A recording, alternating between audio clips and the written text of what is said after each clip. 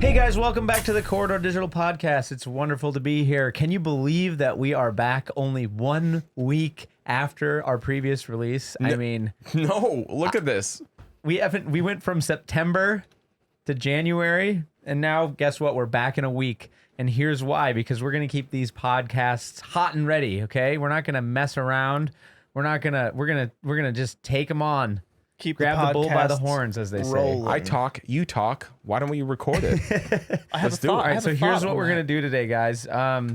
We have to record another one of these with Nico, and we have a short amount of time to do so. So we are officially, I've got a timer here, 30 minutes, okay? Now, the topic, well, should I start the timer now or after the topic? Well, you just announced it. Okay, I'm going to start it right now. Reset it for Ready? 29:30 though. Ready? Yeah. And okay, we're rolling. All right, guys. The topic of today is self-improvement. Now, we get a lot of questions via email, in the comments, all over the place about people asking us not just how do you make yourself a better filmmaker, but how do you get to a point in life where you can do what you want to do, and how can you improve yourself so that when you are doing what you want to do, you can be even better at it. And I thought it would be interesting today to just take some time, sit down with Sam and Clint, and go through what we do as individuals when approaching not just like your work and your craft and the filmmaking that we do here, but also yourself. So, Absolutely. It's a very broad topic in a lot of ways because I feel like self-improvement comes down to two elements.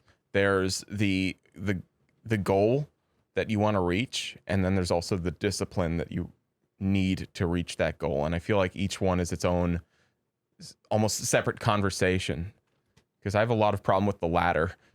Discipline. The discipline element. Everybody. It's the hardest part. Yeah, everybody for sure. But I can imagine how sometimes it's like when the goal setting and the idea of like, I want to reach a certain point, and it like how you get there is just as difficult as maintaining that discipline, so. It's interesting that you go straight to discipline and goal, because I think that is the first thing in achieving anything. And you'll hear this across the board when you're talking about like, how do I do better? How do I be better? The first thing you need to do is you need to set a goal. And that is oftentimes especially for young people. I know, when I was younger, like that was the hardest thing, because a goal is ultimately narrowing your possibilities in life, right? And that's almost the scariest thing, is like you're like, well, I like music, so let's do it more contextually. I like videos, so maybe I'll become a YouTuber or a videographer or a filmmaker. Well, that means that in order to even set that goal, you've all of a sudden now just taken like. You've all of a sudden just taken, all the other science, or like biology, and you've set that, and you're like, okay, I'm not going towards that goal. Yes. And that can sometimes be the hardest step. But honestly, I think, just like, you might find out halfway that it's not for you. Yeah. Right?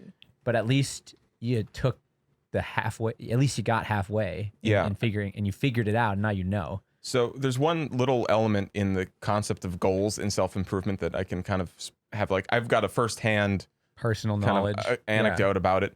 But like, I think a really good example is, so we make videos here, we make YouTube videos, but also we kind of got into this for the sake of making movies and, cinema inspiring us. And so in a way, like, I know making YouTube videos is definitely a huge goal for a lot of people, but for us at the same time, doing something bigger than a YouTube video, in quote unquote, quotes, is definitely a huge goal. And in a few ways, I've kind of realized that over the last few years, the way I kind of approached the goal of, let's make something bigger, let's make a movie or something like this. The problem I was facing was that I had a goal, but the problem I faced was that I wasn't approaching that goal from like a tangible standpoint, in the sense that a lot of people, especially when your self-improvement topic, orients around something you want to do in life or something you want to accomplish or something like that, frequently you can turn towards, I guess, hoping that the right opportunity presents itself for you to accept the opportunity and then reach that goal. But the problem is that that's not real goal setting, so to speak. That's not how real life works. It's not really how real life works, you know. That's where the discipline comes in. Exactly, and but like there's a lapse there. There's kind of like a gap between, you know, where we are and what we're doing and where that goal is, and we're just hoping there's like a magical question mark that kind of comes along and goes, oh, these talented video artists on YouTube are the top men for the job, you know, and then you boys, you have the job, and then we're like, yes, we did it. We're making them, you know. It's like that mindset really kind of slows you down and kind of prevents you from actually accomplishing that kind of stuff. So I've noticed over like the last 2 years here, I've slowly gotten my like little meter shifted a little bit, and I think it's made me a little more productive in all aspects of what we do, I guess. But I guess to really boil that down, it's about breaking down those steps you need to actually reach that goal into like really achievable things that are within your reach and power to do, so to speak. Like things that you can actually things you can realistically get done. Yeah. There's a like that totally makes sense to me. Like you need to have an actual like plan on what you're gonna do and break down. Like if you have a big goal of I want to make a movie or, you know, I want to make $1 million. Like, okay, how are you gonna do that? And pick up that penny that you see on the street. Sure, yeah. Yeah, although I think you burn more calories than it takes to make a penny at this point, just by leaning over and picking it up. There's a book. I think the first book that I read that was about, you know, improving yourself was a book by a guy named Jim Rohn, and it was called 7 Steps to Wealth and Happiness. I think it was a book my dad gave me, and it's like 150 pages. And it blew my mind. I was like, oh my God, this is a gold mine. I didn't know there's anything like this. And he explains how, like, there's a goal setting chapter, of course, right? Yeah. And in the goal setting chapter, he just says, well, list all the things that you love doing, list all the things that you want to do, and like split those up into categories of like a 1 year goal, 2 year, 3 year, 5, 7 year goal. And then go through all those things and ask yourself why. Like, why do I want to do that? And if you can come up with a good reason for, you know, all the things you listed out, awesome. So now you have a whole bunch of goals and you have a reason as to why you want to do them. And I think without the reason, it's going to be kind of tough to get something done. Because if you're just, why am I doing this every day? Because eventually you want to get to the point where you're doing something, and this is just from personal experience and just messing around with reading self-help books and stuff and trying to apply it to my life. You know, a whole bunch of them talk about breaking down stuff, breaking down your goals, and doing something to work towards that goal every single day. So if you take an hour a day to work on, say, if you want to make a movie, just work on it an hour a day. If you want to, you know, make a music video, work on it for an hour a day. If you want to save enough money, if you want to make $1 million, work on your plan for that an hour a day. And I found that to be like really, really helpful. Because you're going to hit a point where like you don't want to do it anymore. Just like working out. No one wants to work out. But when it's done, it's the best. And if you just do it for an hour a day, oh man, you're going to be so set up for the future. You know, you're investing in yourself when you're taking the time. So the thing you guys keep going back to is discipline. Yeah, definitely. What is what I'm hearing, you know. Obviously you can't have a discipline until you have a goal. But even for people, so that's the first part, is you need to set a goal. And then there's any form of discipline is best, I say, because it doesn't matter. Your goal might be different. It might require a different set of discipline to get to. Are we good? Okay. It might require a different set of discipline to get to, but just the discipline of having it consistent helps get you there step by step. And then obviously along the way you learn things, you can make improvements. But for those of you out there who might be thinking, well, that's great, once I have a goal, I can have discipline. I would also say that it's okay to, like, say you take those 7 steps and you write down 5 goals and you write down 5 reasons for why you want to achieve those goals. A very real and actual goal, I think, and what I apply to my own life, is just this idea of like, well, I want to be better at something. Yeah. You know, I want to, because even if I don't know, hey,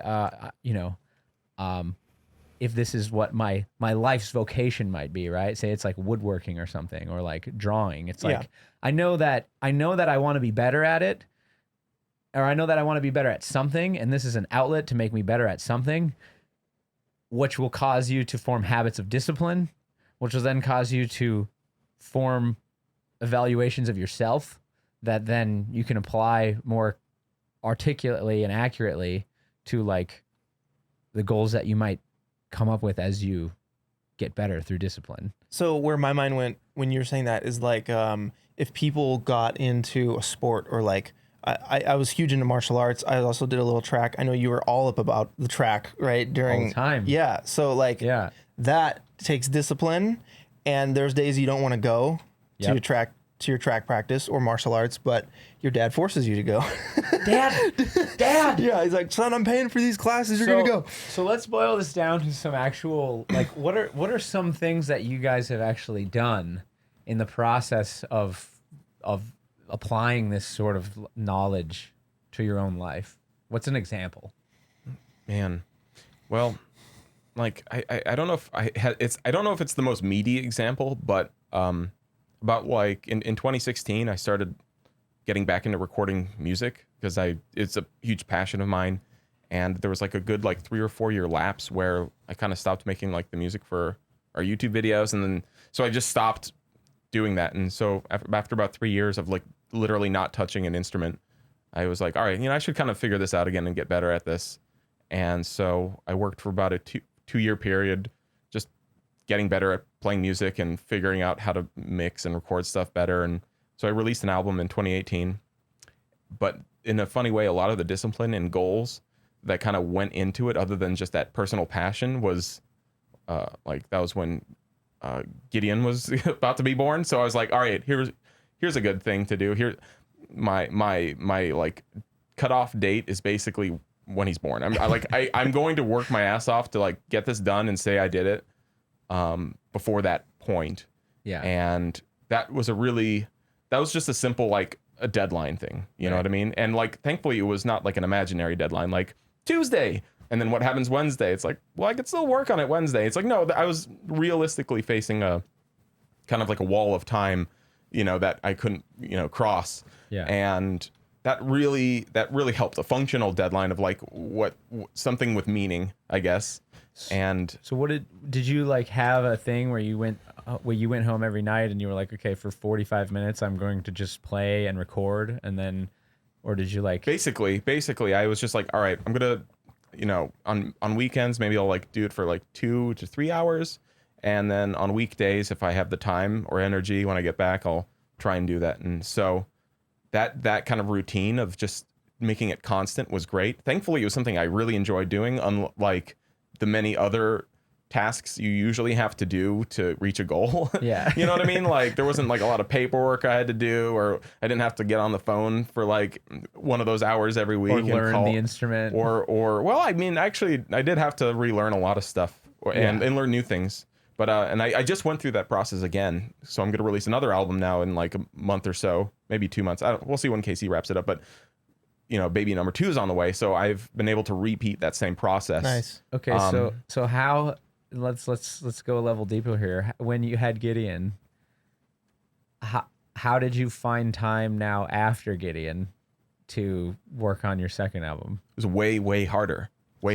And I've maybe worked on it during the day like a handful of times at this point. If he's sleeping, taking a nap during the day on a weekend, like I'll do it. But right now it's mostly like I do it from like 10 to 11:30 p.m. at night. He goes to sleep, and then I've got like this tiny window right where I'm awake enough to work on it and not like kill myself the next day. Yeah. You know, and lose enough sleep over it. And so basically every other day at this point, I just have this hour window to work on it. And that's just, it's kind of like that 1 hour, Yeah. you know, That's 1 3 hour hours day. a week though, Mm-hmm. which adds up, you know, add that Absolutely. up by 10 And it weeks, does. 12 weeks. And now you're talking significant amounts of time. Yeah. And so like, once again, this is why I'm saying it's not the most meaty example necessarily, but because I think ultimately it's always easier when you are really enjoying and passionately and like enjoying the steps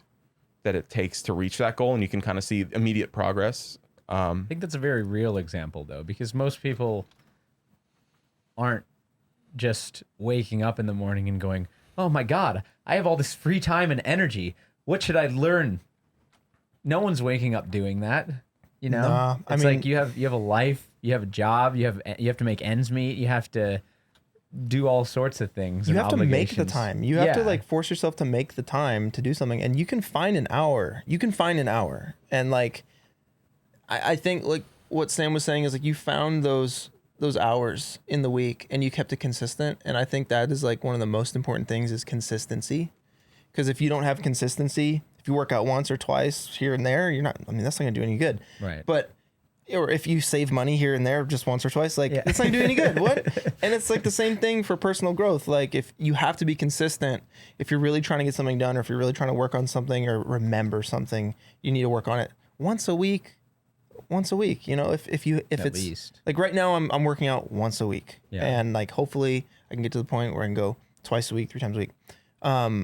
I recently did a website for my photography. I needed a place for my photography that wasn't just my Instagram. Yeah. And it wasn't going to do it itself, right? So I was like, I got to make a website. I don't know anything about websites. There's like this big Did boulder. you go to squarespace.com/corridor crew and get 10% off your first purchase? I should have. I Okay. should have. Oh no! What? You didn't? Oh, I researched all the different stuff, and another one worked better. So You didn't use Squarespace? The sponsor of Clint, today's Joe, podcast. can't- Anyway, you so this can't put podcast. this in. Oh, it's Anyway. going in. Anyway, the point is it was a big boulder to push up the hill, and I had to just be like, you know what, an hour a day, I'm gonna invest the time to figure it out. What's the first thing? How do I make a website? I don't know. What are my options? Look at all the different options. Okay, what are other people doing that I like or dislike? Mm-hmm. So then I spend an hour looking up that, and then the rest of the hours in the morning is like doing it and learning the program and like learning the software and how to do the website and referencing the other websites. Yeah. But it's the consistency, and it wouldn't have happened if I wasn't consistent about it. If it was just once here and there, then probably wouldn't have happened. Right. Yeah, I think that's what it is for me too. I have different examples, but the reiteration of the idea that you have to find the time, and then you have to make short sprints at it each time you do is consistent across like both what I'm working on in my personal life and what we're working on here. Mm-hmm. It's funny, Sam and I and Nico did this breakdown of like time. Remember I had you guys Yeah, do that? yeah. Of like where you think you spend your time and on which content and all that stuff. And I did my breakdown, and it was really weird because it was like 10% of everything. It was like, no, 10%. It was like all these different things that we're working on here. And I realized that I was kind of doing this with them, with the stuff here at the studio as well, without even thinking about it. But it was like, it's this idea that like, you know, I've heard the metaphor 100 different ways, but one of them is like, how do you eat an elephant? Well, you just take a One bite. bite at a Yeah, time. you just take a bite. And so, yeah, that's the same thing applies here, I think, as well as personal life. Like I'm doing the workout thing. Like I've got a routine now with like Wendy and you know, it's like 4 days a week, 5 days a week. There's basically 2 days a week that I take off, and then sometimes Sundays, That's great. and then that's awesome. it. And then I'm trying to get through this history novel, this Civil War thing that I've been reading for like 2 years. Oh, you got your self-imposed deadline on that too, don't you? Yes. So now, exactly, I have a deadline. I have a goal, and now I'm driving at that goal hard because Yeah. I made the mistake perhaps, of I was watching the Ken Burns documentary on the Civil War, and there's this guy Shelby Foote who's this like sort of like charming like Southern historian. And I was like, this guy's kind of cool. Like, I wonder who this guy is. And I looked him up, and it was like, oh, he's done all these works, and like the Civil War is like this great volume. It's this 3-volume thing that he wrote where he like went through the hundreds and hundreds of pages of actual conversations between generals and like letters to home, and like apparently the United States government has an entire entire records of this that is like open and available to the public.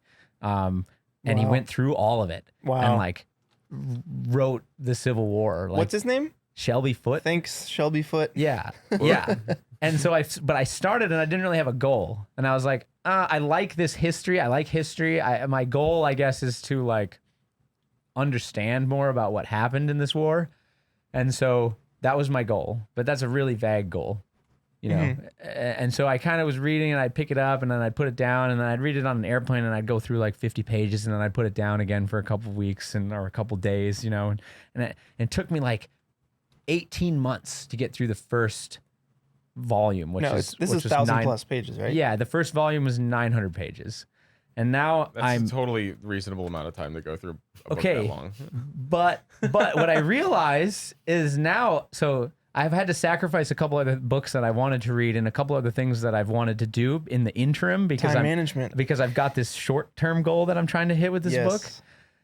But I'm going to Gettysburg in February for a weekend, and I'm going to visit Gettysburg. So hold on. Early or late February? Is this just a Civil War trip? Like no, well, also it's my cousin's 50th birthday, and I'm going to see my brother. They live there in Gettysburg? They live an hour from Gettysburg, yeah. Oh, wow. Yeah. That's convenient. So I didn't realize this, and Wendy and I originally planned the trip, and we were like, hey, we're going to go.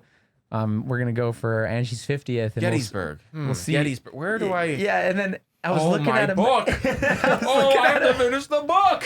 That's exactly what happened. I was looking at the map and I was like, wait a minute. Gettysburg? Gettysburg's only an hour from Lidditz. Dude, you have a panic attack? A mild panic attack? And then, I recognized I was like, wait a minute. name. I'm in volume 2 right now. I just started volume 2 because I was kind of intimidated by volume 2 because volume 2 is 1,000 pages and volume 3 is 1,200 pages and I haven't even gotten to that one Dude, yet. you'll break a sweat looking at volume 2. And I started volume 2 January 1st and I just crossed page 450 already. Out of how many? Out of 900. But Gettysburg happens at between 500 and 650. And so I'm definitely on pace to make it. All right, so you looked forward, you flashed forward, Yeah. and you saw, okay. So I am on pace to make and get through Gettysburg by the time that I get to Gettysburg. And that's only possible if you do And it's what? only possible if I read 20 pages a night. Whew, all right, it's doable, but it's that time management, right? Well, you have to be like, I'm ahead right now. Good, Last good. night I read 35 pages. Heck, Well, you know what? It might be even better to see what happens after Gettysburg a little bit. So while you're there, you're like, I see why. I see the repercussions here. You're gonna have to finish volume 2, and you might as well finish volume 3 by the time you go. Might as well find. Yeah. I got to get to the Gettysburg Address, which doesn't happen until page 800. Dude, I just got to get as far as I can. you can only do your best, right? You can only do your best. You can only do your best. The reason, and so the thing so just back to Shelby Foote for a second and why I set this goal in the first place. We have 7 minutes left. I found him interesting and I wanted to read his book because when I was watching the Ken Burns documentary, he said the Civil War was the thing that changed Americans from saying the United States are going to do something to the United States is going to do something. Ooh. And that was when I thought, what happened here? These United States Yes. are going to do something And so now, versus the United States as a singular noun. yes. That is a fantastic statement. There we go. That's some good stuff. So that is effectively what that war was. Whoa. It's boiled down into a sentence, which I just thought, I've never heard anyone boil down such a crazy and influential historical event like that. And so I had literally to changes from like, it changes your perception of what the United States is. wow, Or are, that's deep. rather. It's huge. Yeah. Like, when's the last time something that big has happened? I mean, it's happening every day in little ways, but yeah, there's. That's intense. So anyway, that was my goal. Nice. And now that I have a goal and I can see the finish line, I'm like, dude, I've got that pedal down, and I'm just. Clint, did you set a deadline for your stuff? Because we had deadlines. Yes. And you had a deadline. How did you come up with your deadline? Black Friday. Black Friday. Well, there you go. Black Friday was my You deadline. wanted to be in shape for the Black Friday sales. Yes. Well, for the website. Oh, sorry. For the for the website. Yeah, that makes sense though. I mean, like we all kind of have like pretty clear deadlines associated with these goals, Yes. which is really helpful. But I'm trying to think of like, like when you don't have something tangible associated with your deadline. Yes. Is there something you guys use? Because a lot of these goals we set for ourselves, that they don't have. There's no way to really functionally create a deadline for them. It's like, so how do you do that? I think it comes down to priority, honestly, because, for example, one of my goals is to eventually figure out how to record music better, because I want to write like Civil War. no, I want to write country and western songs. Yeah, same thing. Yeah, Nice, man. Nice. And so I got myself a banjo, and but I don't know anything. Well, I know a little bit. I don't know enough about recording music to do it correctly, so that I can just post songs like Sam does, which is eventually my goal. It's easy. But I haven't. I can tell you. I can just tell you all the things you need to know. Well, I haven't set. My point is, I haven't set a goal yet. You're right. Your goal priority is still so low that you haven't even asked me for advice, which I can easily give to you. That's true. See, well, so how do I do this? We have 4 minutes left. Well, I mean, I can tell you right here. Yeah, tell me. All right. So recording music comes down to like 4 main things that you need to figure out. You need to figure out what your recording software is going to be. Okay. Because that's ultimately how you're going to manipulate the audio files. Maybe you've chosen that. Hopefully, but after my advice, you'll probably switch. Cubase. So, Cubase is great. Okay. So you need to figure out what software you're going to use. You're going to need to figure out how you want to get your audio signals into your computer. There's a million easy ways. We do it all here. There's plenty of these little boxes, audio interfaces, etc. No. We're not there yet. Oh. We're at the computer. Software. Oh, you're at like the Firebox. The software. You need like the actual box, and you have to understand how that works. Okay. Then you need to figure out what kind of instrument you're going to be recording. If it's a live instrument, that's boom, you got a banjo. And then the last step is your microphone. And basically, once you have those core things figured out, then basically you just want to make sure you're in a good space to record it. You want to figure out how to process the footage utilizing that software you have. There's the old-fashioned ways of mixing things with EQs and things like that, but there's a lot of tools that have come out recently that allow you to basically just use presets. There's a pack I use frequently called Easy Mix. It's literally called Easy Mix.